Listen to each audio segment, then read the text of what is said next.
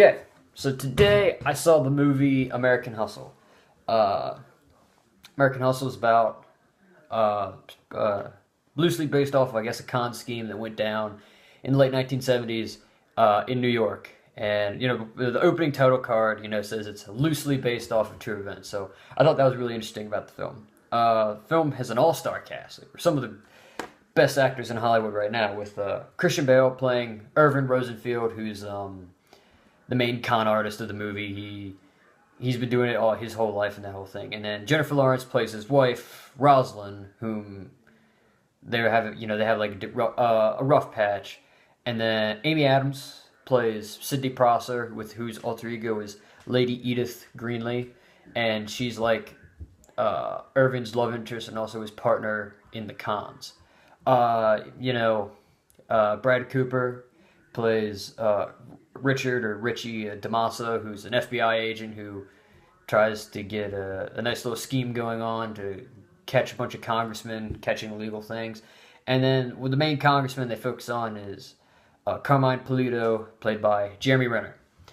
All in all, this movie, I'm going to try to avoid any big spoilers. This movie was really good. I feel like I think the reason this movie I really liked this movie was because it had a really good cast of stars and also had a really good script. It's a very believable script. These are very believable people. There's none of the characters are, good in the sense. So like they're not completely good where they're like, they're morally perfect and there's not like a bad character. There's not really a villain in the whole movie. But the closest thing you get to a villain is Bradley Cooper's character, Richard DeMassa. He's probably the closest thing you get to a villain in the entire movie. But like, it's very realistic. These aren't necessarily good people, but they're not bad people. That's one of the cool things. A huge focus of the movie is Irving, loves Sydney. They want to be together, but he can't because of Rosalind. And it's a really cool thing because probably one of the better scenes I thought of the movie was where Jennifer Lawrence and Amy Adams are in the bathroom and they're arguing, and they're both kind of pointing out how they think the other person's rotten, but they're both rotten. Rosalind refuses to let Irving get a divorce from her, using the fact that she knows he's a con artist against him, and also the fact that then he'll never get to see his son, who, it's her son, but he adopted him. So he's using that against her. Whereas, Sydney, she's the mistress. That's kind of her, she's the mistress. So she's trying to steal him from Rosalind. So that's why she's not good. And there's all kinds of other things. And also Sydney plays Richard, the FBI agent, Bradley Cooper's character. And there's kind of like a weird love triangle going on. There's like 15 different like love triangles going on in this movie. Not really, but there's like maybe 5 different interesting little parts of it. And so it's really weird.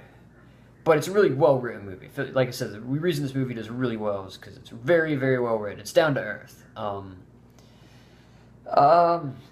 It's about, you get to deal with all kinds of cool things, They see just kind of the mafia, they run into dealings with the mafia, and you see kind of different characters, whereas Irving and Sydney are out to survive. That's what they're doing. Rosalind's out for herself, Carmine's out for the people, and Richard's trying to make a name for himself. So he's targeting congressmen, and they're congressmen aren't necessarily bad people, I guess. They want to do the right thing, but they're doing it the wrong way. And the whole wrap up toward the end of the film I thought was really cool. Like, it just like everything kind of goes to crap and then it gets better. But that's one of the things that I also really like about this movie. So not everybody has a happy ending. I'm not going to say who. I'll say that only 3 out of the 5 main cast members actually get a happy ending. And even then, they're not even the best happy endings. There's, it's not, oh, everything's going to be better, It's not all sunshine and rainbows, I like movies like that, I like, I talked about it when I talked about the Godzilla trailer, the 1954 Godzilla, or 55, whenever it first came out, yeah, they won. The conflict was resolved, but things aren't good. Things are still kind of crappy. There's hundreds that are dead. And this movie is not that big a scale, but it's the same kind of thing. Things aren't peachy.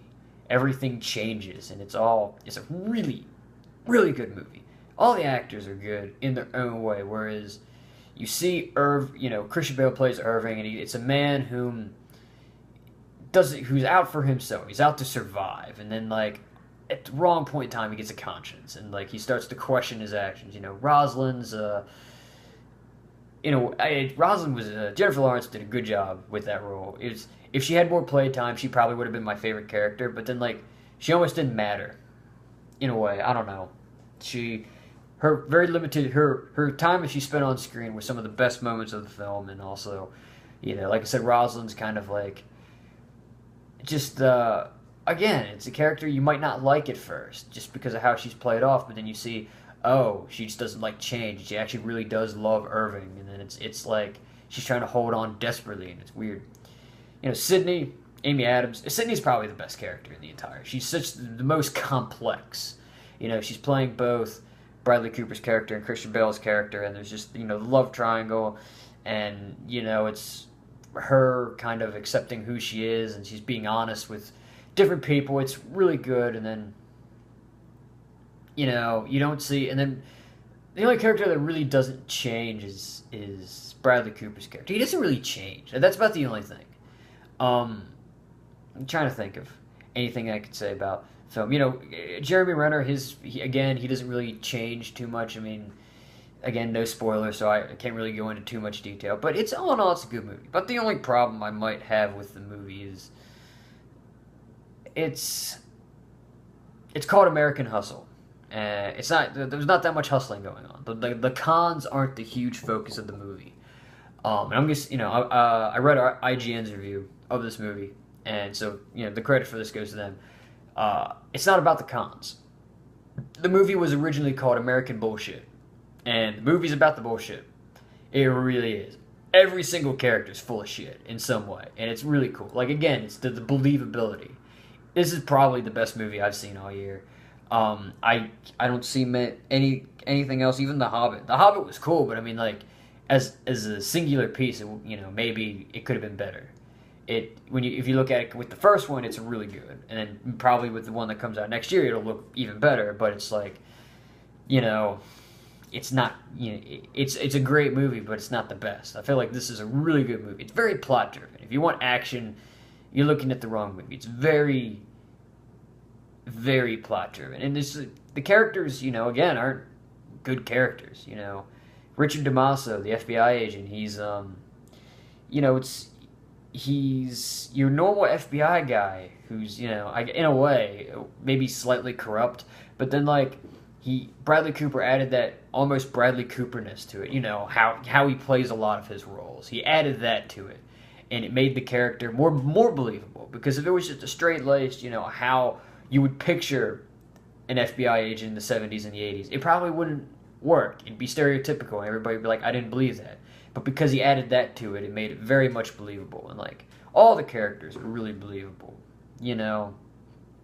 Like Rosalind trying to hold on to a family. Yes, she knows that Irvin's cheating on her, and he has a mistress, and, he knows that, but he's trying to hold on for the sake of the family, where she is. And, he's trying to hold on for the sake of the family. All this stuff is very believable. And, I think it's a phenomenal movie.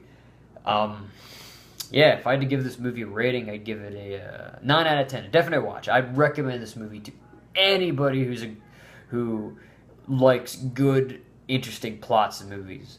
So, yeah, that's all I gotta say. Bye.